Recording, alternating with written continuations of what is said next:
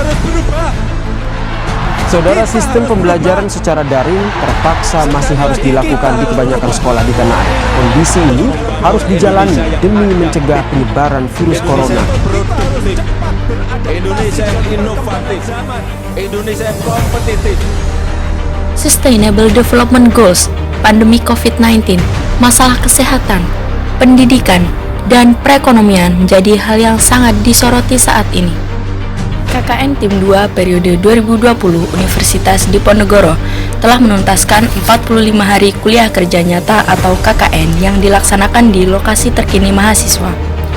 Kali ini, tema yang diangkat dalam KKN ialah pemberdayaan masyarakat di tengah pandemi COVID-19 berbasis pada tujuan pembangunan berkelanjutan atau SDGs. Nama saya Jamilatu Istia dari Fakultas Psikologi dan inilah video profil KKN saya.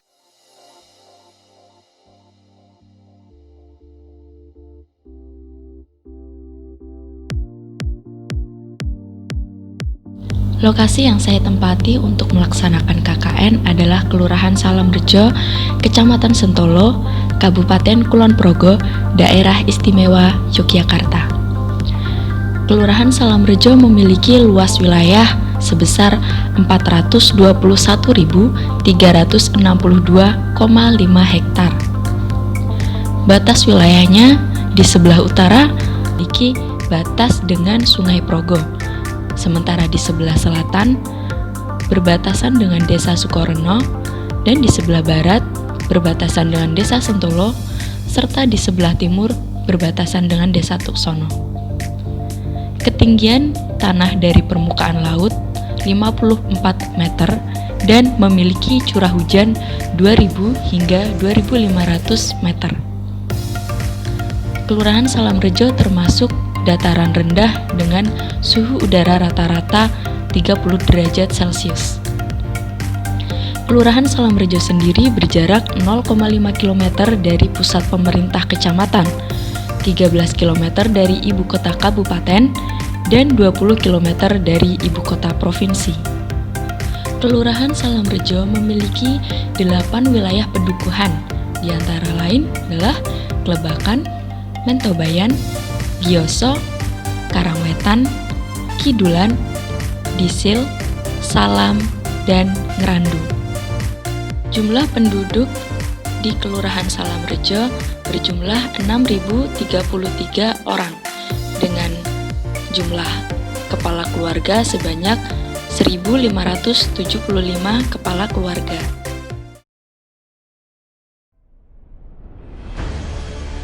Permasalahan lokasi KKN yang pertama adalah di bidang pertanian. Kelurahan Salamrejo memiliki potensi sumber daya alam untuk pertanian, namun belum optimal diberdayakan karena sulitnya pengairan yang memadai. Adapun lahan yang bisa digunakan cenderung untuk menanam tanaman budidaya, sayur-sayuran, dan buah-buahan. Terdapat satu tempat pengolahan sampah untuk 3R, reduce, reuse, recycle, namun juga belum terlalu dimanfaatkan dengan baik karena sumber daya manusia yang terbatas. Kesenjangan juga masih ditemukan di bidang pendidikan. Hal ini didukung fakta bahwa lulusan terbanyak didominasi oleh lulusan SMA atau SLTA, namun disusul oleh penduduk yang belum pernah mengenyam pendidikan sama sekali. Selain itu, ternyata masyarakat Kelurahan Salamrejo khususnya di Pedukuhan Ngerandu belum sadar dan belum terlalu mengerti akan urgensi kesehatan mental.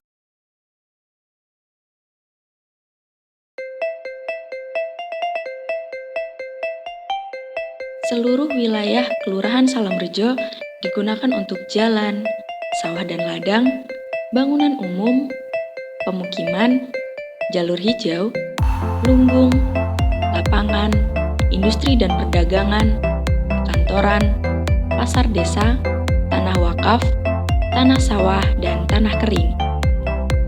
Agama Islam menjadi agama mayoritas dan sisanya menganut agama Kristen dan Katolik. Persebaran lulusan pendidikan umum didominasi masyarakat lulusan SMA atau SLTA, kemudian disusul belum pernah mengenyam pendidikan. Petani adalah mata pencaharian terbanyak penduduk Salamrejo, diikuti pengrajin, buruh tani, karyawan swasta, PNS, dan lain-lain. Pertanian sendiri paling banyak ditanami padi dan palawija sebagai komoditas utama, sayur-sayuran dan buah-buahan. Ada pula potensi lain seperti perkebunan, perikanan, peternakan, kehutanan, pertambangan, bahan bangunan, dan juga perdagangan. Adapun di bidang pembangunan, terdapat sarana peribadatan, masjid dan musola sebanyak 23 buah. Terdapat sebanyak 5 bangunan TK, 3 sekolah dasar, 2 sekolah menengah kejuruan, dan 2 pondok pesantren pada bidang pendidikan. Kelurahan Salamrejo juga memiliki sejumlah sarana olahraga, kesehatan, kebudayaan, dan sosial. Tak hanya itu, di bidang kemasyarakatan ada pula organisasi atau kelompok atau perkumpulan keagamaan, posyandu, tim keolahragaan, dan organisasi sosial seperti Karang Taruna, kelompok PKK, dan lain-lain.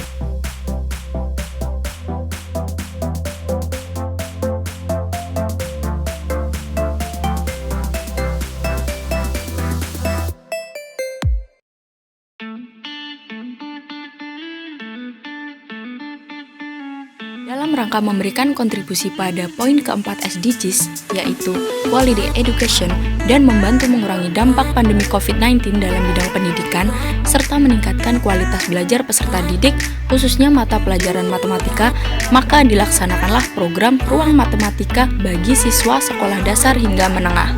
Program ini dilaksanakan setiap hari di rumah Bapak Rubingin, kurang lebih selama 3 jam per hari. Program ini memperoleh peserta sebanyak 18 anak dengan total 63 kali kunjungan. Masing-masing anak melakukan kunjungan bervariasi mulai dari 1 hingga 9 kali kunjungan.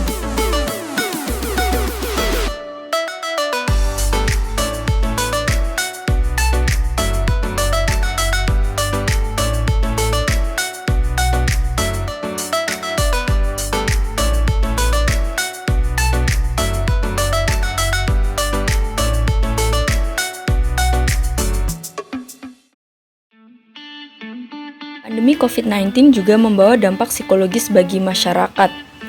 Mengingat bahwa kesehatan mental menjadi poin ketiga dalam SDGs, yakni good health and well-being, dan perlunya ikut andil dalam mengatasi dampak COVID-19, maka dibuatlah program yang dapat memfasilitasi keresahan-keresahan masyarakat, khususnya remaja hingga dewasa awal yang memiliki masalah kehidupan sehari-hari. Program ini dibuka setiap hari dalam durasi waktu kurang lebih 4 jam. Hingga program selesai, terdapat 7 orang yang sudah mengikuti program, dari 1 kali hingga 4 kali kunjungan pada masing-masing peserta.